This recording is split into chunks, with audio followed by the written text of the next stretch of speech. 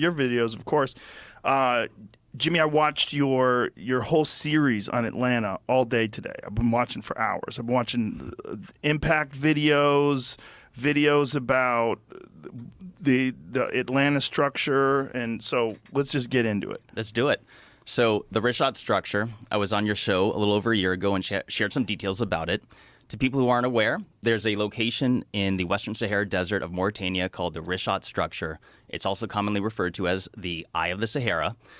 It is a site that most people have never seen or heard of before, which is truly peculiar because it's so spectacular.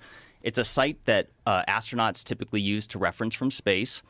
It is a geological feature that is said to be volcanic in nature. And what's so spectacular about this is that it just so happens to match more than a dozen striking similarities to what Plato had described as the lost ancient capital city of Atlantis. I almost feel like we're not going to do your video justice by just talking about it, because the video is so good and you go into so many details. By the end of it, my jaw was dropped. I was like, holy shit. Like, from what you had the last time you were on the podcast to what you put out now, it's even more compelling. Like, way more compelling. I appreciate you saying that. And I guess to anyone that wants to check it out, I have a YouTube channel called Bright Insight. It's right at the top of the page, and it says Lost Ancient Roman Map has Atlantis and Sahara Africa. And that's kind of where it goes from there, is that there is a... Actually, let me just mention real quick. Like, you're a very inquisitive individual. You have many interesting people that come and chat with you. And when I had asked you last time, you said that until you had saw my video, you'd never seen or heard of the Richat structure. Never heard of it, yeah. Anytime I meet somebody new, or if I'm at some party and be like, oh, what do you do? And we start chatting about YouTube, the first thing I do now is I show them a picture of the Richat. And I've never, not once, ever come across one single person that has seen or heard of it before, other than people who are familiar with what I've shared. But there's so many things, like the where the water flows to the south, where there's clear evidence of water erosion that took place after the volcano. There's so much that points to that possibly being Atlantis. It's spectacular. So just to run down real quick, Plato had described Atlantis as being the capital. Let me just mention that, because it was an empire said to be made up of 10 kingdoms. And what I'm focusing on is the lost capital city, which was said to be made up of concentric circles, 3 of water, 2 of land, which matches the Richat structure. It also was said to have an opening to the sea at the south. And if you look at it from satellite imagery, you can clearly see that water had ran through it. And furthermore, it was said to have mountains to the north, and you just so happen to have mountains called the Atlas mountain chain, which Atlas was said to be the very first king of Atlantis. And what's interesting is that the very first known king of Mauritania, which is where the Richat structure is located, is also...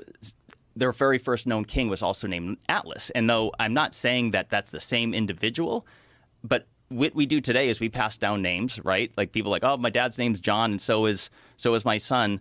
And so it's another striking similarity, but it goes further than that. Like, there's geological similarities, such as the fact that Atlantis was said to be made up of red, black, and white color stone, which is another similarity you see at the Richat structure.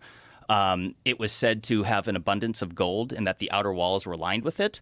And it turns out that Mauritania is loaded with gold, and not only that, the richest person ever known to exist in all of mankind is Mansa Musa of the Mali Empire, which consisted partly of modern-day Mauritania.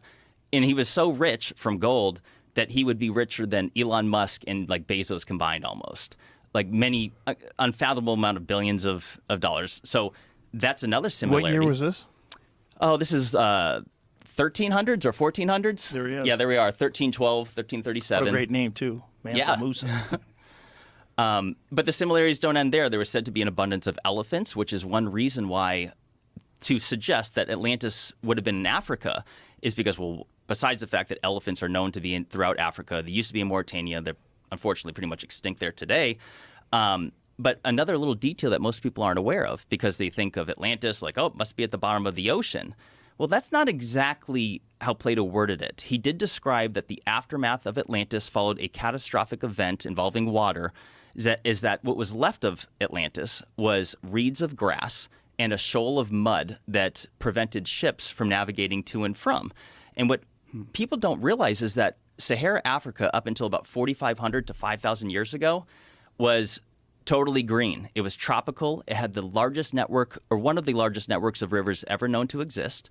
It had the largest freshwater lake ever known to exist, which is Mega Lake Chad, which, just to put this into perspective, it is, if you take all the North American Great Lakes combined, that's 94,000 square miles of surface area, whereas Mega Lake Chad was 139,000. Whoa.